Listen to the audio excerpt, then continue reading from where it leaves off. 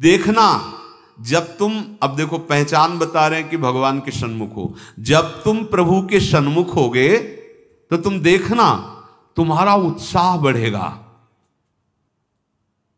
कभी कभी सत्संग में कहते हैं कि अब उस आनंद की उमंग को कैसे बताएं, ऐसा समझ लो जैसे किसी का ब्याह तय हो गया हो संसारी पुरुष का, और उसके मनोनुकूल पत्नी मिल गई हो, और वो कितना फूला फूला घूमेगी, या माँ के इकलौते बेटे का ब्याह हो, फिर वो कैसे फूली फूली सबका स्वागत आनंद। अब ये कहाँ परमानंद में प्रभु से उदाहरण बैठेगा, पर वो तो अद्वितीय है, अचिंत्य है। पर ऐसे ही चंद्र शाखा न्याय जैसा कि डाल के एक हाथ ऊपर देखो चंद्रमा दिखाई दे रहा है, अद्भुत फूलन, अद्भुत उत्साह। जिस समय भगवत सन्मुख होगे ना, एक ऐसी उन्मत्तता, एक ऐसे आनंद की उमंग, उसके लिए ललचाओ। जो तुम खोज रहे हो वो इधर नहीं है, वो इधर है। परमानंद, विज्ञानानंद, क्या क्या भगवान की उस आनंद को महापुरुषों ने सजा करके, बहुत सुख में, परमानंद में, निश्चित निश्चित। हम कई बार कहा है कि अगर इस ऐसा कुछ होता तो हम कह जरूर देते, भले हमारी कमी होती कि हमारी कमी के कारण नहीं, पर हम कह देते, पर सच्ची कहते हैं। वो उसी आनंद का ये जितना ये आनंद का जो क्षेत्र माना गया शरीर है, भोग है, इसकी तो दशा ही देख रहे हो। आनंद का स्वरूप प्रभु में, ज्यों ज्यों तुम्हारा प्रभु सन्मुख होकर कदम बढ़ेगा तो तुम्हारे अंदर अद्भुत आनंद, अद्भुत उत्साह, अद्भुत उत्कंठा और एक दिव्य शक्ति। ये भी बात, एक दिव्य शक्ति तुम्हारे अंदर, दैवी संपदा बढ़ने लगेगी, एक अलौकिक शांति रहेगी, दुख सुख में एक समानता का भाव आ जाएगा। कोई भी भोग तुम्हें प्रिय नहीं लगेगा, नहीं खान पान ते भावे है, नहीं कोमल वसन सुहावे है, सब विषय लगे ते खारा है, हरि आशिक का मग न्यारा है। संत जन देखते ही ऐसे लगेंगे जैसे स्नेह संबंधी जन मिलते हैं। अच्छा अच्छा, ऐसे संतों को देखते ही मन नाच पड़ेगा, आज तो हो भाग्य भगवत सन्मुख का, आज तो हो भाग्य, हमें साधु समागम मिला, हमें संत जन मिले। तुम्हारी विलक्षणी एक स्थिति होगी, कोई भी द्वंद्व तुम्हें स्पर्श नहीं कर पाएगा। निराशा, चिंता, भय, विषाद, कामना, वासना, ये सब क्षीण होने लगेंगी, केवल भगवत सन्मुखता। जब तक तुम भगवान की तरफ पीठ किए हो और संसार भोगों की तरफ मुख किए हो, तो तुम कुछ भी कर लो, तुम्हें सुख शांति मिलने वाली नहीं। जितना जितना तुम भोग संग्रह, धन वैभव एकत्रित करोगे, उतना ही अशांत और चिंतित और शोकित होते जाओगे। ये महापुरुषों की बात है, देख लो अपने हृदयों को। जितना तुम भोगों की तरफ बढ़ोगे, परिणाम में ये दोष तुम्हारे अंदर आएंगे। जैसे भगवत सन्मुखता, तो कैसे जाने भगवत सन्मुख है? तो बोले ज्यों ही तुम भगवत सन्मुख होगे तो तुम्हारा एक एक क्षण नवीन उत्साह, नवीन उत्कंठा, दिव्य शक्ति और दैवी संपदा, शांति, समता, वैराग्य, प्रेम और संतों को देखकर अपार सुख, ऐसा ये भगवत सन्मुखता का लक्षण। अब यहां बता रहे, चाहे जितना तुम धन वैभव भोग एकत्रित कर लो, भगवत विमुख हो, तुम्हें कभी सुख शांति नहीं मिल सकती। भगवत विमुख का लक्षण क्या है? भय, विषाद, चिंता, राग, द्वेष, वैर, अशांति, द्रोह, दंभ, पाखंड, परिग्रह, हिंसा, कामना, वासना, ममता, दुर्गुण, दुर्विचार, भयानक दुख, ये भगवत विमुख के लक्षण हैं।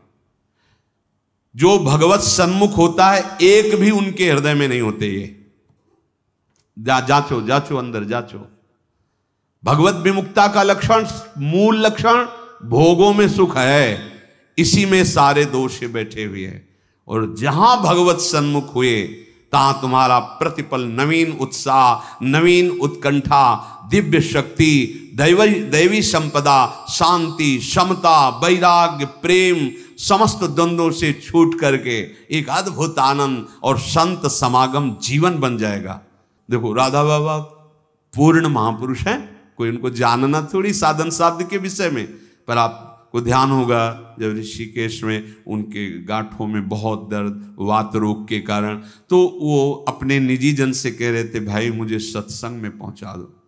वो सेवा करते करते शायद श्रमित हो गए होंगे या जो भी, तो उन्होंने बाबा की इस बात का सपोर्ट नहीं किया। बहुत बार कहने पर तो बाबा कहा कि आप ये जानते हो कि हम जा ही नहीं पाएंगे। उन्होंने कहा आप जा ही नहीं पाओगे क्योंकि आपकी गांठ, बोले ऐसा नहीं। फिर जो बाबा ने अंदर बात की, वो जो लिखा था कि भगवान श्री कृष्ण से प्रार्थना की कि प्रीतम मुझे इतनी सामर्थ्य केवल दे दो कि जहां से सत्संग सुनाई देता वहां तक मैं पहुंच जाऊं, और एक बांस डंडा उठाया और बाबा घसीटते हुए वहां गए। इस बात का बहुत प्रभाव पड़ा हृदय में कि इनको कोई साधन साध्य विषयक अब जानकारी की आवश्यकता नहीं, पूर्ण महापुरुष हैं, संपूर्ण हैं, उनमें कोई भी, लेकिन ऐसे महापुरुष होते हुए सत्संग की इतनी प्रियता, वो देखो लिखा है साधु सम, एकदम आनंदित हो गए कि आज तो मुझे साधु समागम मिला। ये भगवत सन्मुख का लक्षण, विमुख का नहीं, भगवत सन्मुख का लक्षण। तो हम अपने को जबरदस्ती मुख मोड़ना होगा। अगर हम इसी जन्म में परम कल्याण चाहते हैं, इसी जन्म में सुख चाहते हैं, मुख मोड़ना हो। जबरदस्ती शब्द लिखा है, जबरदस्ती मोड़ना, हटो हटो। जैसे है ना कि अब जिस तुम कगार पे खड़े हो, भारी दरार पड़ गई है, जबरदस्ती हटो नहीं तो गिरने वाले हो, धारा में तुम बह जाओगे, डूब जाओगे। ऐसे ही तुम्हारी वही दशा है जैसे हरी हरी घास खा रहा है बकरा और बकरी से सहवास कर रहा है और बड़ा सुख का अनुभव कर रहा है, पर वो कसाईवाड़े में बंद है। वो ये नहीं जान रहा कि अब की नंबर हमारा आ रहा है गड़ासा चलने का, वो नहीं जान पा रहा है। इसी प्रकार आप खान पान, शौक, मौज मस्ती, परिवार, सांसारिक सुख भोग रहे हैं, पर आपको पता नहीं कि काल के कसाईवाड़े में है। मौत का गड़ासा वो बिल्कुल तैयार किए हुए है, बस समय की देरी है, नंबर आपका ही है। सावधान। इसीलिए करे जबरदस्ती भगवत सन्मुख करो अपने मन को, अपने तन को, अपनी वाणी को, अपनी चेष्टा को। कोई उपाय नहीं है बचने का। आपको दिखाई दे रहा क्या है, तो भयभीत कर रहे हैं, आप देख ही नहीं पा रहे हो, भय तो तांडव मचा रहा है। देख लो, ऐसे जरा सी भूमि हुई, हजारों लोग मकान के नीचे दब के मर गए। ऐसे जल में उफान आई, एक लहर आई, प्रांत का प्रांत नष्ट कर दिया। क्या क्या लीलाएं हो रही प्रकृति की, माया की। हमारा भी तो नंबर आएगा ना कोई तो आएगा, काल का रूप, कहीं ना कहीं कोई रोग, कोई घटना, कोई, और हम मस्त हैं जैसे बकरा हरी हरी घास खा रहा है। ऐसा उसको लग रहा है हम बड़े सुखी, ये पता नहीं अगला नंबर हमारा है। तुमको बिना सूचना दिए, बिना राय के तुम्हारी मृत्यु तुम्हारा नाश कर देगी। मृत्यु किसी से राय लेती क्या कि अब हमारी प्रार्थना स्वीकार करें, हम अपना काम शुरू करें, यदि आपकी आज्ञा हो? ऐसा नहीं होता। अगर ऐसा हो तो कोई तैयार नहीं होगा, कोई नहीं तैयार होगा। बिना आपको सूचना दिए, बिना आपकी राय के वो आपका नाश कर देगी मृत्यु। इसलिए वो सहसा आप पर आक्रमण करेगी, उसके पहले आप सावधान हो जाओ। अब वो कब करेगी कुछ पता नहीं है, इसलिए आपको अभी से, इसी सेकंड से सावधानी करनी है। क्या? एक एक वृत्ति को कृष्णाकार कर दो, प्रियालाल के चरणों में लगा दो। बुद्धिमान उपासक सावधान, तुम्हारी जन्म के साथ ही मृत्यु पैदा हो चुकी तुम्हारी। कितने अनुभवी महापुरुष कह रहे सावधान, जब तुम्हारा जन्म हुआ था उसी समय तुम्हारी मृत्यु भी पैदा हो गई है। बस तुम्हारे साथ चल रही मृत्यु अवसर देख रही है, समय देख रही, जहां पूरा हुआ वो अपना काम कर देगी। इसलिए प्रतिक्षण तू मृत्यु की दृष्टि में है, शिकार बिल्कुल लक्ष्य पे है। मृत्यु का अंतिम स्पर्श तुम्हारा सर्वनाश कर देगा। शरीर, रुपया, पैसा, कामना, घर, मकान, पद, पदवी, सब। अतः तुम कुछ ऐसा करो जिससे मृत्यु शरीर पर प्रभाव पड़े, आप पर नहीं। आप कर्ता भोक्ता भाव में, इसलिए आप पर प्रभाव पड़ता है। वो क्या है? इस चक्र से सदा छूट जाने के लिए एकमात्र सब ग्रंथ, सब संतों, सब पंथ का निर्णय है सतत भगवत भजन, सतत भगवत चिंतन, प्रभु के आश्रित होकर प्रभु का भजन। एक छोटी सी वस्तु जब भाव में भरकर आप प्रभु को समर्पित करते हैं तो प्रभु से बहुत बड़ी मान लेते हैं। हमारे प्रभु का स्वभाव ऐसा है। पत्रम पुष्पम फलम तोयम ये में भक्ता प्रति। देखो नाशवान वस्तु है ना। अगर एक चुल्लू जल भगवद अर्पण कर दिया, भगवान उतने में प्रसन्न हो रहे हैं। एक तुलसी दल ले लिया, ऐसे एक फूल ले लिया, कोई फल ले लिया, और भगवान भाव में भरकर कहते हैं अशनामी, मैं उसे खा लेता हूं। जैसे फूल सूंघने की वस्तु है, पर भगवान कर मैं पा लेता हूं, पत्ता पा लेता हूं, जल पा लेता हूं, फल पा लेता हूं। पत्रम पुष्पम फलम तोयम ये में भक्त्या, भक्ति भाव से जो भक्त अर्पित कर देता है, भगवान कहते हैं मैं उसे पा लेता हूं, वो शाश्वत हो गई। दो प्रकार की बैंक है, एक मायाकृत बैंक, एक हरि बैंक। हरि बैंक में वही वस्तु जमा होती है जो त्वदीयम वस्तु गोविंदम तुभ्यमेव समर्पय से होता है। ध्यान रखना, आपके द्वारा दी हुई वस्तु आपको समर्पित है, ये हरि बैंक में जमा हो गया। अगर आप निष्काम भाव से करते तो भगवत प्राप्त हो जाएंगे, सकाम भाव से करते तो आपको बहुत आगे बढ़ करके मिलेगी। और यहां जो बैंक में मायाकृत जमा है ये सब रद्द, शरीर छूटा, सब व्यर्थ गया। मानव जीवन का एक एक क्षण इतना कीमती है कि उसके बदले में फिर कुछ नहीं है कि हम ये दे करके समय खरीद ले। तो ऐसे समय को केवल केवल महामहिमा में भगवान नाम स्मृति में लगाओ। सब चेष्टाएं हो रही, नाम जप कर रहे हैं, आपका बैंक बैलेंस बढ़ रहा है। एक एक नाम, जैसे कोई भूखा व्यक्ति एक एक कवल पाता है तो तुष्टि पुष्टि क्षुधा निवृत्ति होती जाती है, ऐसे ही एक एक नाम संसार से वैराग्य, अपने स्वरूप का ज्ञान और भगवान के चरणों में प्रेम, ये तीनों होते चले जा रहे हैं। पर जैसे बहुत भूख लगी हो तो दो चार कवल में और भूख बढ़ती नजर आती है, तृप्ति का बोध नहीं होता। आधे पेट होने के बाद फिर स्वाद और तृप्ति का अनुभव होने लगता है। फिर पूरा जब पेट भर जाता है तो कहना क्या है। ऐसे ही अभी हम थोड़ा भजन करते तो और जलन बढ़ रही है। यद्यपि वो संसार से वैराग्य, स्वरूप का ज्ञान और भगवत चरणारविंद में प्रेम, ये प्रारंभ हो गया है एक एक नाम से। पर जब आप 24 घंटे में कम से कम 12 घंटे का ऐसा अभ्यास बने कि हम भगवत स्मरण परायण, तो आधा पेट मानो हुए, फिर आपको स्वाद मिलने लगेगा। अनर्थ की निवृत्ति होते ही आनंद का स्फुरण होने लगेगा। पर एक एक नाम व्यर्थ नहीं जा रहा, गिनो या ना गिनो। किसी को भ्रम रहता अगर माला से गिनेंगे नहीं तो व्यर्थ चला जाएगा। अरे भाई, गिनना तो आपके मन को लगाने के लिए है। नाम तो अविनाशी है। राधा राधा बोला, नहीं गिनोगे तो फल नहीं मिलेगा क्या?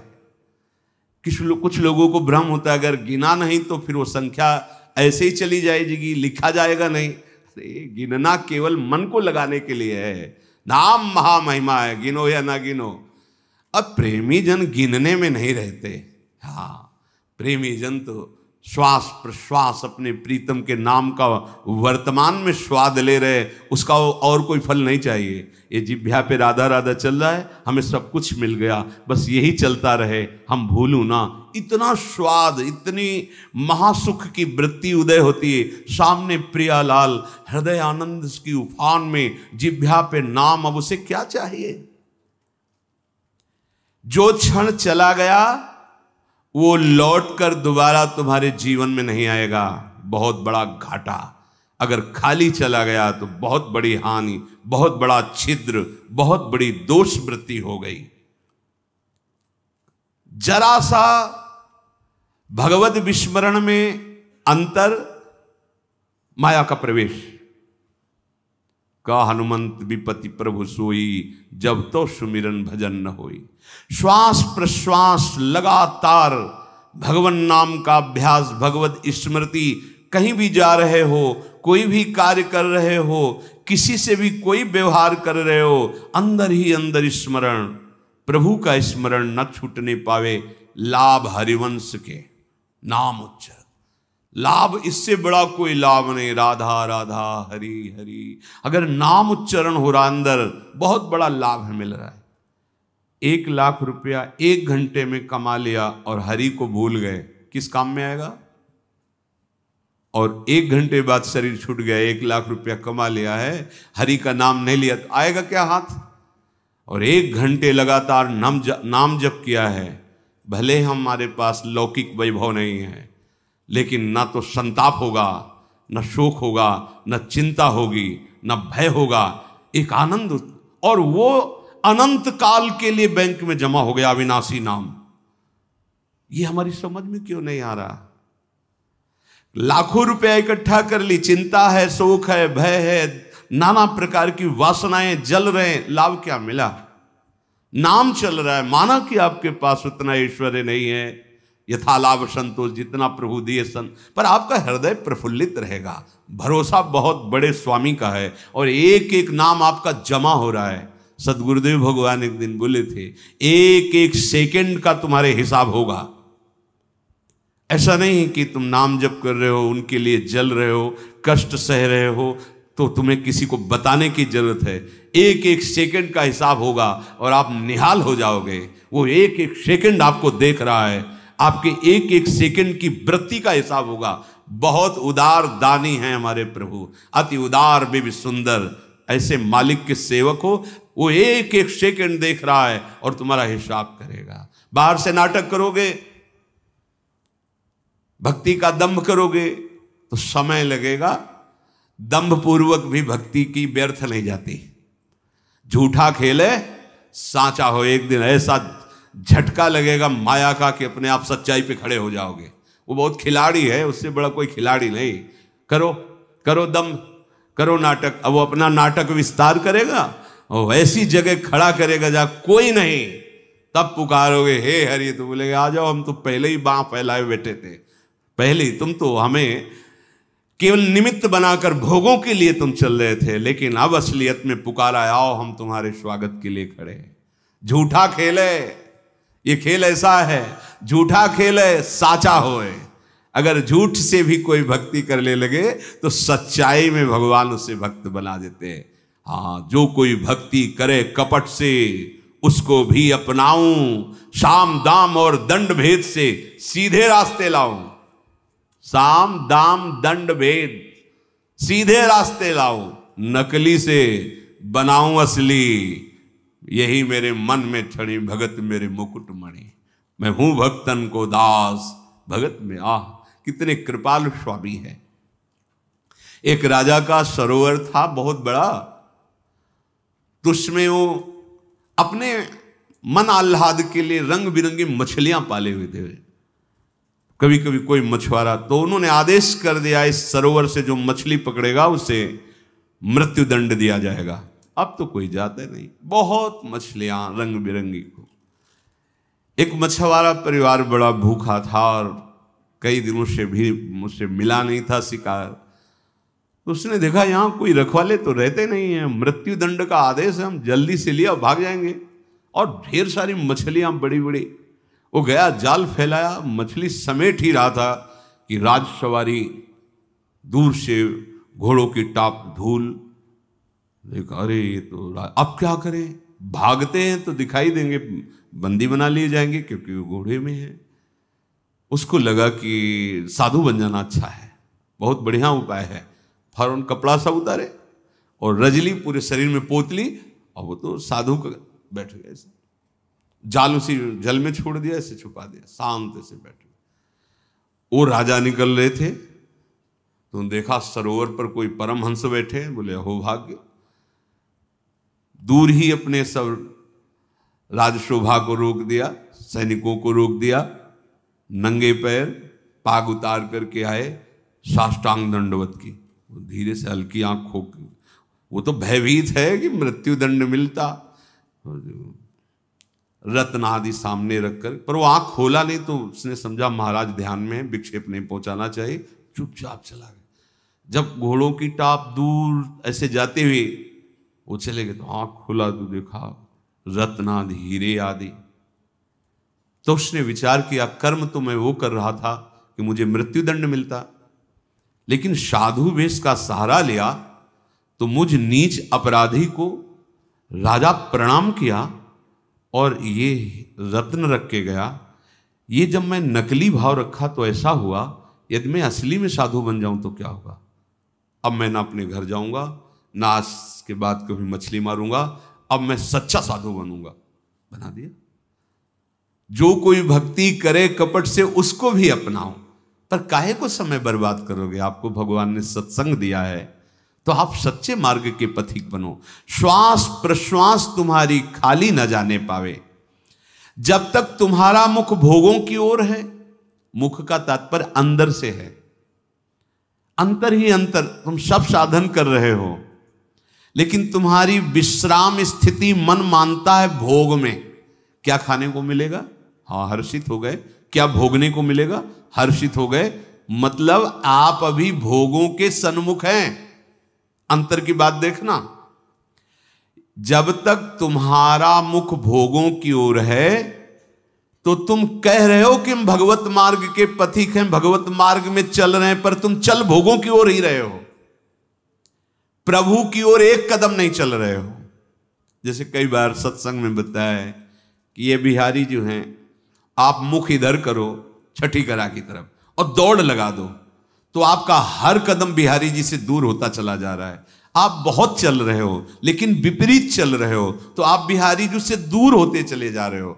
और ये मार्ग है, लेट जाओ और लेट कर चलो तो समय आएगा पहुंच जाएंगे, क्योंकि आप सही मार्ग में चल रहे हो। आप ऐसे सोए सोए चलो, एक बार लेट गए 10 मिनट फिर लेटे, फिर एक बार उठे फिर लेट गए, आप पहुंच जाओगे क्योंकि सही मार्ग है। समझो, भाव समझो। यदि आप भगवत सन्मुख हैं तो आपकी चाल धीमी होगी तो भगवान मिल जाएंगे, और आप भगवत विमुख हैं, भोगों के सन्मुख हैं तो दौड़ लगा लो। हर कदम आपका प्रभु से दूर होता चला जाएगा, आपको दूर करता चला जाएगा। यही भेद उपासक नहीं समझ पाता और पूरा जीवन लगा देता है। बहुत ध्यान देने का विषय कि आप समझते हैं परमार्थ के पथिक अपने को और चाल है भोगों की तरफ, तो हर कदम आपको प्रभु से दूर करता गया। और आप कर रहे 50 वर्ष से मैं चल रहा हूं लेकिन मंजिल नहीं मिली, क्योंकि मंजिल की तरफ आपका मुख ही नहीं था। आपका मुख था मंजिल के विपरीत, जो प्रतिकूल से वर्जनम स्थिति होनी चाहिए, वहां अपने अनुकूलता देखी और चल पड़े भोगों की तरफ। तो फिर क्या होगा। आप यही को कहते हैं आकर कि 20 वर्ष से मैं साधन में हूं। क्या साधन में हो? बहुत दौड़ने वाले हो, बहुत दौड़ाक हो, लेकिन विपरीत दौड़ रहे तो फायदा क्या हुआ। अरे धीमी भी चाल हो लेकिन अनुकूल चाल हो तो मंजिल पास है, दूर नहीं है।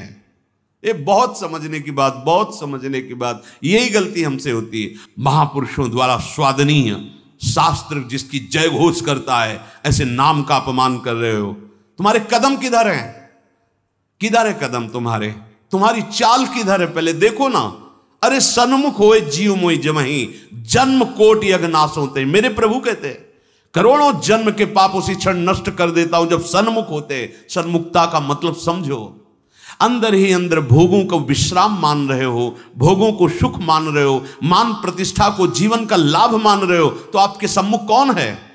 प्रभु हैं या मान प्रतिष्ठा है या भोग है या संसार है? क्या वेश रख लेना प्रभु की सन्मुखता होती है क्या? उद्देश्य क्या है तुम्हारा? उद्देश्य सन्मुखता होती है। उद्देश्य बहुत बार कहा है, उद्देश्य को आप ठीक कर लीजिए।